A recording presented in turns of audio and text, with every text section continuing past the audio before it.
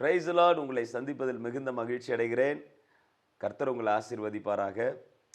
இப்போ நம்ம யோவான் 12 ஒரு சத்தியத்தை நாம் கேட்க போகிறோம்.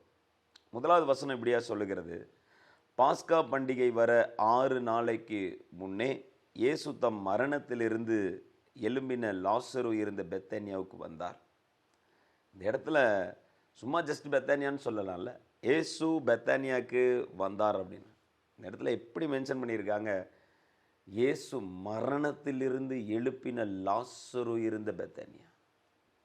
அந்த பெத்தானியா நார்மலாக இருந்துச்சு. அந்த ஊர் ஒரு நார்மலாக இருந்த ஊரை ஆண்டவர் ஒரு மனிதனுக்கு அற்புதம் செய்து அந்த ஊரை எவ்வளோ தூரம் ஸ்பெஷலாக்கிட்டாரு. அந்த ஊரில் அந்த மனிதனுடைய ஃபேமிலி எவ்வளோ பிளெஸ்டாக மாற்றிட்டாரு. எவ்வளோ மோசமான சூழ்நிலையில் போனாலும் சரிங்க, ஆண்டவரால் தூக்கி எடுக்க முடியாத சூழ்நிலைங்கிறது வேற எதுவுமே இல்லைங்கிறதுக்கு பைபிளில் ஒரு மிகச்சிறந்த உதாரணம் லாசரு. மரித்து 4 நாட்கள் ஆகிவிட்டது, சரீரமெல்லாம் நாறிவிட்டது, எல்லாம் முடிந்ததுங்கிற சூழ்நிலையில் ஆண்டவர் மறுபடியும் அற்புதம் செய்தார். இன்றைக்கி ஒருவேளை உங்கள் பிஸ்னஸில், உங்கள் ஃபேமிலியில், இல்லை உங்கள் ஹெல்த்தில் ரொம்ப மிகப்பெரிய ஒரு போராட்டத்தின் பாதையில் போயிட்டுருக்குறோன்னு நீங்கள் நினச்சிட்ருக்கீங்களா? நம்ம ஆராதிக்கிற தேவன், த God whom we are worshiping, இயேசு கிறிஸ்து நேற்றும் இன்றும் என்றும் மாறாதவர். அவர் மாறல. அவருடைய வல்லமை ஒரு நாளும் குறையாது. அவருடைய வல்லமை ஒரு நாளும் மாறவும் இல்லை. நிச்சயமாகவே உங்கள் காரியங்களில் கர்த்தர் செயல்படுவார். திரும்ப உங்களை எழுப்புவார். திரும்ப நீங்கள் எழும்புவீர்கள். உங்கள் மூலமாக அந்த ஏரியாவே ஃபேமஸ் ஆக போகிறது. ஆண்டவர் ஆபிரகாம்கிட்ட சொன்னார், ஆபிரகாம், உன் பெயரை பெருமைப்படுத்துவேன். I will make your name great. I will make your name great. நிச்சயமாக அந்த வார்த்தையின்படியே ஆண்டவர் யாரையெல்லாம் சந்திக்கிறாங்களோ அவங்க பேர் ஃபேமஸ் ஆயிடுது. அவங்க பேர் அந்த ஏரியா முழுக்க தெரிந்திருது, கர்த்தர் இவர்களோடு இருக்கிறார் என்று சொல்லி. ஆண்டவர் கூட இருந்தார்னா நடக்காததெல்லாம் நடக்க ஆரம்பிச்சிடும். பயங்கரமான நன்மைகள் உன்னோடு கூட இருந்து நான் செய்கிற காரியங்கள் பயங்கரமாக இருக்கும் என்று வேதம் சொல்லுகிறபடி இன்றைக்கு இதை பார்த்து கொண்டிருக்கிற உங்களுடைய லைஃப்பில் ஆண்டவர் உங்களோடு கூட இருந்து செய்ய போகிற காரியம் பயங்கரமாக இருக்க போகிறது. there's going to be a mighty miracles.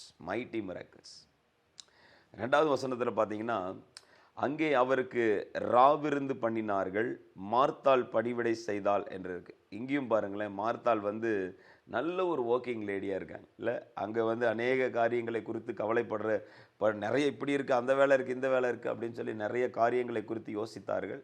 இந்த இடத்துலையும் மார்த்தாள் பணிவிடை செய்தார்கள் என்று சொல்லி நம்ம பார்க்கிறோம் இல்லை?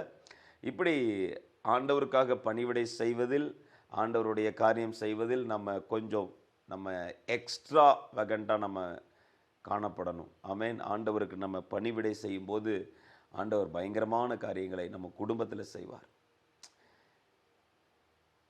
அப்பொழுது மரியாள், ஸோ இது நடந்துட்டு இருக்கும்போது அவங்க சிஸ்டர் மரியாள், அவங்கள பற்றியும் உங்களுக்கு அநேகம் தெரிஞ்சிருக்கும் இல்லையா?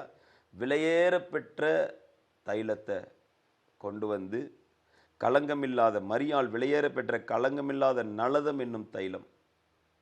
ஸோ அந்த களங்கமில்லாத இந்த தைலம் எங்கே கிடைக்கும் தெரியுமா? இது எங்கே அவைலபிளாக இருக்கும்?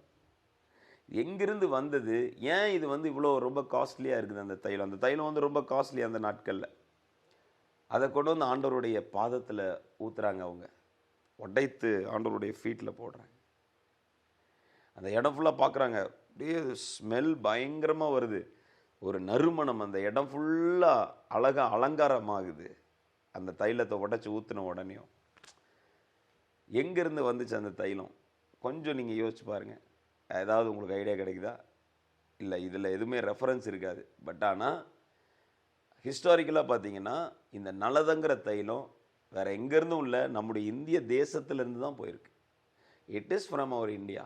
ஹிமாலயன் மவுண்டனில், இமாலயாவில் தான் இந்த நலதம் கிடைக்கும். அங்கே தான் இது விளைச்சல் ஆகிறது. அங்கிருந்து தான் இந்த நலத தைலத்தை உருவாக்குகிறார்கள்.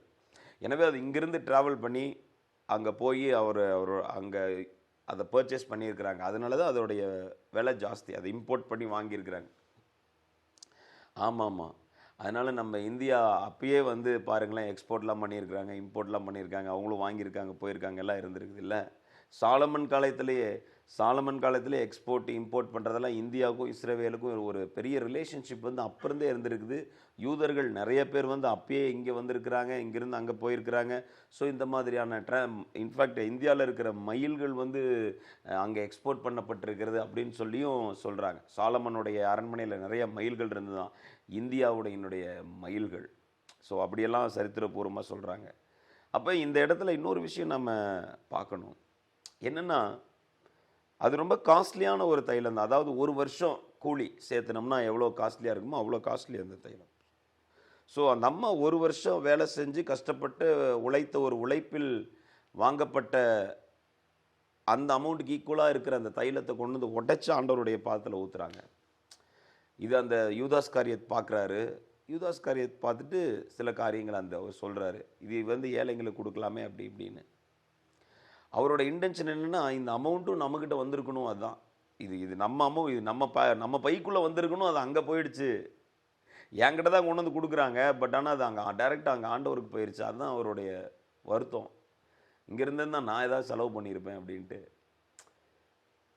அந்த இடத்துல ஆண்டவர் யூதாஸுக்கு ஒரு பெரிய பாடத்தை புகட்டுறார். நீங்கள் ஃபர்ஸ்ட் வசனத்தில் பார்த்தீங்கன்னா, பாஸ்கா பண்டிகைக்கு 6 நாளைக்கு முன்பாக அப்படிங்கிற ஒரு வசனம் மென்ஷன் பண்ணியிருக்காங்களே ஃபர்ஸ்ட் வேர்ஸில்.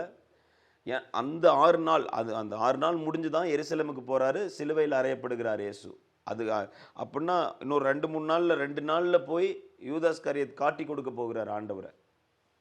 அந்த காட்டி கொடுக்க போகிறதுக்கு முந்தின நடக்கிற சம்பவம் தான் இது. இதில் இந்த சம்பவத்தின் மூலமாக ஒரு உவமையாக ஆண்டவர் யூதாஸ் காரியத்தின் இடத்துல ஒரு காரியத்தை பேசியிருக்கிறார். யூதாஸ், நீ நல்லா புரிஞ்சுக்கோ, நீ வந்து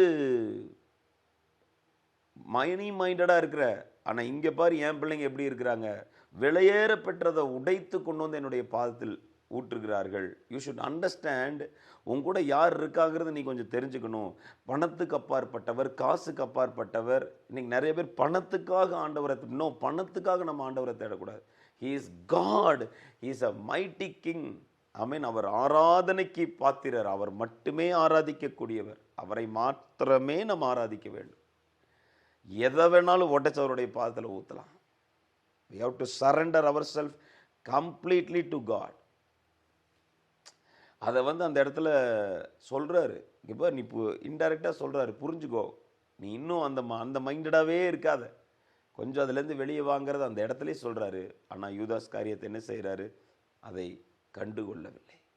அநேக காரியங்கள் இப்படி தாங்க இருக்கும். நீங்கள் ஒரு சில விஷயங்களை வந்து ஆண்டவர் உவமையாக தான் சொல்லுவார். சில நடக்கிற சம்பவங்கள் கூட உங்களோடு பேசுகிறதுக்காக ஒரு சில சம்பவங்கள் உங்களை சுற்றி நடக்கும். நீங்கள் அதெல்லாத்தையும் நீங்கள் வாட்ச் பண்ணணும். நீங்கள் பைபிள் வாசிக்கிறீங்க இல்லையா, பைபிள் வாசிக்கும் போது பைபிள்லேருந்து ஆண்டவர் பேசுவார். உங்களை சுற்றி நடக்கிற சம்பவங்கள் மூலமாக ஆண்டவர் ஏதோ ஒரு செய்தியை உங்களுக்கு வச்சுருப்பார். நீங்கள் அதை மெதுவாக தியானித்து பார்த்தீங்கன்னா, இது ஏன் நடக்குது, இந்த காரியம் ஏன் நடக்குது அப்படிங்கிறத யோசிச்சிங்கன்னா அதில் ஒரு ரகசியம் இருக்கும். ஆமேன். எனவே நம்ம ஆண்டவருக்கென்று நம்ம இருதயத்தை உடைத்து ஊற்றுவோம். அதுதான் ஆராதனை. இந்த மரியாள் எப்படி உடைத்து தன்னுடைய இருதயத்தை ஊற்றினார்களோ, ஆமாம், அவங்க அந்த தைலத்தை உடைக்கிறதுக்கு முன்னாடி தங்க இருதயத்தை உடைத்தார்கள், ஆண்டவரோட பாதத்தில் வைத்தாங்க அதை.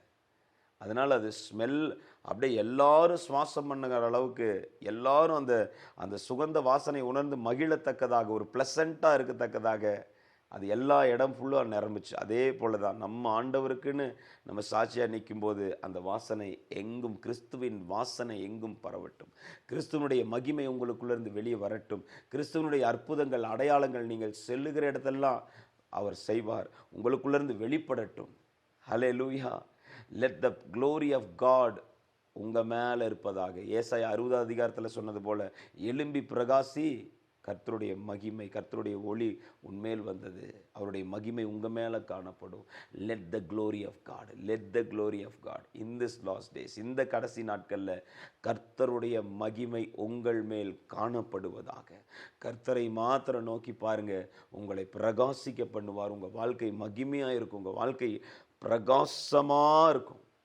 ஆண்டவர் அப்படியே செய்து உங்களை ஆசீர்வதிப்பாராக. God bless you.